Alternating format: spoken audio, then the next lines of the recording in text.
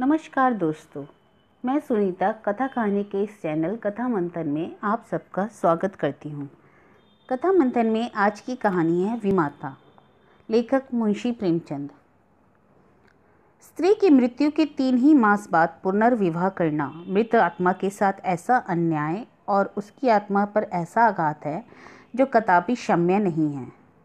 सारांश यह है कि मैंने विवाह तो किया और यद्यपि एक नवविवाहिता वधू को मातृत्व उपदेश का बेसुरा राग भी कहा, पर मैंने पहले ही दिन अम्बा से यह कह दिया कि मैंने तुमसे केवल इस अभिप्राय से विवाह किया है कि तुम मेरे भोले बालक की माँ बनो और उसके हृदय में उसकी माँ की मृत्यु का शोक भुला दो।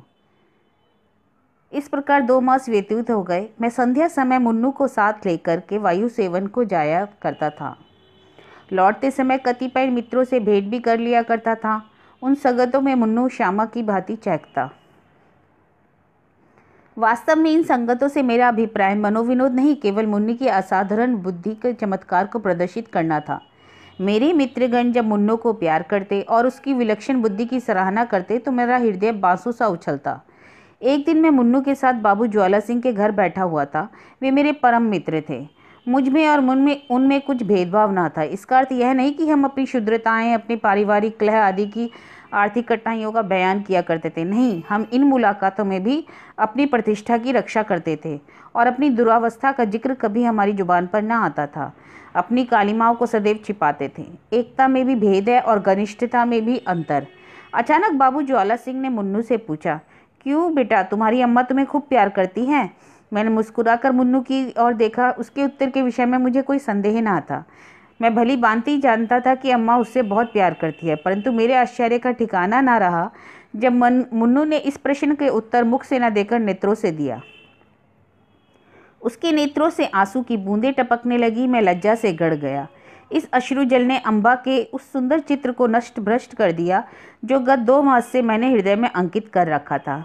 ज्वाला सिंह ने कुछ संशय की दृष्टि से देखा और पुनः मुन्नू से पूछा, क्यों रोते हो बेटा? मुन्नू बोला, रोता नहीं हूँ, आंखों में धुआं लग गया था। ज्वाला सिंह का विमाता की ममता पर संदेह करना स्वाभाविक बात थी, परंतु वास्तव में संदेह मुझे भी हो गया।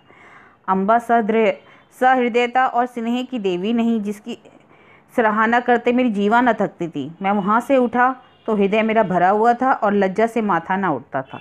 मैं घर की ओर चला तो मन में विचार करने लगा कि किस प्रकार अपने क्रोध को प्रकट करूं।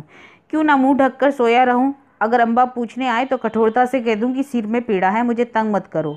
भोजन के लिए उठाए तो झिड़क दूं। अवश्य ही अम्बा समझ जाएगी कि कोई बात मेरी इच्छा के प्रतिकूल हुई है। मेरे पाँव पकड़ने लगेगी। उस समय अपनी व्यंग्यपूर्ण बातों से उसका हृदय छलनी कर दूंगा। ऐसा रुलाऊंगा कि वह भी याद करे। पुनः विचार आया कि उसका हंसमुख चेहरा देखकर तो मैं अपने हृदय को वश में ही नहीं रख सकता। उसकी एक प्रेमपूर्ण दृष्टि, एक मीठी बात, एक रसीली चुटकी मेरी विशिला तुल्य रुष्टता के टुकड़े टुकड़े कर सकती है। परंतु हृदय की इस निर्बलता पर मेरा मन झुंझला उठा।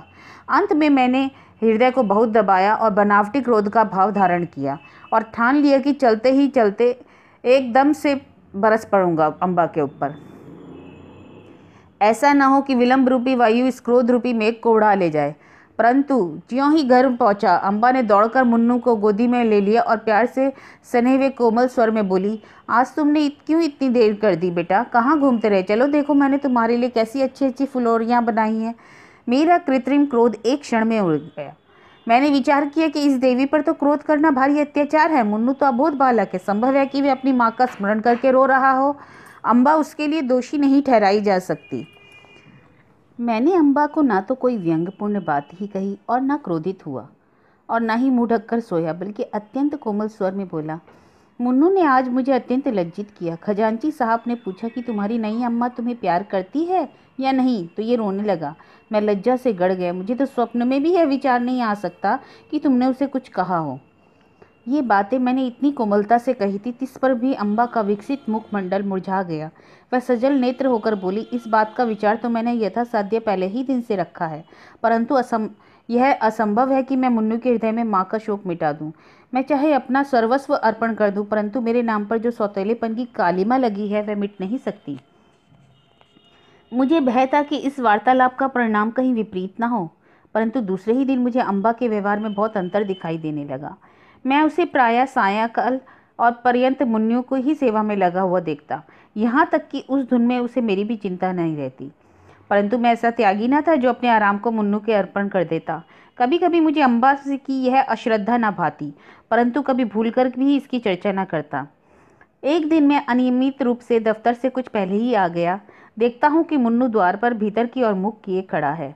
मुझे इस समय आंख मिचौनी खेलने की सूझी। मैंने दबे पांव पीछे से जाकर उसके नेत्र मूंद लिए, पर शोक, उसके दोनों गाल अश्रुपूरित थे। मैंने तुरंत दोनों हाथ हटा लिए। ऐसा प्रतीत हुआ मानो सर्प ने डस लिया हो। हृदय पर एक चोट लगी। मुन्नू की गोद में लेकर बोला, मुन्नू क्यों रोते हो बेटा? यह कहते कहते मेरे नेत्र भी सजल हो आए। मुन्नू आंसू पीकर बोला, जी नहीं, रोता नहीं हूँ। मैंने उसे हृदय से लगा लिया और कहा, बेटा अम्मा ने कुछ कहा? उसने सिसकते हुए बोला, नहीं, वह तो बहुत प्यार करती है। तो फिर तुम क्यों रोते हो बेटा? उस दिन खजांची के घर भी तुम रोए थे। क्या तुम मुझसे कुछ छिपाते हो? कदाचित तुम्हारी अम्मा अवश्य ही तुमसे कुछ क्रुद्ध हुई है। मुन्नू ने मेरी और कातर दृष्टि से देखकर कहा, जी नहीं, वे तो मुझे बहुत प्यार करती हैं। इसी कारण मुझे बारंबार रोना आता है। मेरी अम्मा मुझे अत्यंत प्यार करती थी, वह मुझे छोड़कर चली गई। नई अम्मा उससे भी अधिक प्यार करती है, इसलिए मुझे भय लगता है कि वह मुझे कहीं छोड़कर ना चली जाए। कहकर मुन्नू फूट फूट कर रोने लगा और मैं भी रो पड़ा। अम्बा के स्नेहमय व्यवहार ने मुन्नू के सुकोमल हृदय पर ऐसा कैसा आघात किया था। थोड़ी देर तक मैं स्तंभित रह गया। कहीं भावी ही इस बालक की जीवा में तो नहीं बैठी है, यह शब्द कहला रही है। ईश्वर ना करे कि ऐसा अशुभ दिन मुझे फिर से देखना पड़े। परंतु मैंने तर्क द्वारा इस शंका को दिल से निकाल दिया। समझा कि माता की मृत्यु ने प्रेम और वियोग में से एक मानसिक संबंध उत्पन्न कर दिया है और कोई बात नहीं है। मुन्नू को गोद में लिए अम्बा के पास गया और मुस्कुराकर बोला, इन्हीं से पूछो क्यों रो रहे हैं। अम्बा चौंक पड़ी। उसके मुंह की कांति मलिन हो गई। बोली, बेटा क्यों रो रहे हो? मैंने कहा, इसलिए रोते हैं कि ये तुम्हें अत्यंत प्यार करती हो तुम इनसे, और इसको भय है कि कहीं तुम इसकी पहले माता की भांति ने छोड़कर न चली जाओ। जिस प्रकार गर्द साफ हो जाने से दर्पण चमक उठता है, उसी भांति अम्बा का मुखमंडल प्रकाशित हो उठा। उसने मुन्नू को मेरी गोद से छीन लिया और कदाचित यह प्रथम अवसर था कि उसके ममतापूर्ण स्नेह ने मुन्नू के पांव का चुंबन किया। पर शोक, महाशोक, मैं क्या जानता था कि मुन्नू की अशुभ कल्पना इतनी शीघ्र पूर्ण हो जाएगी।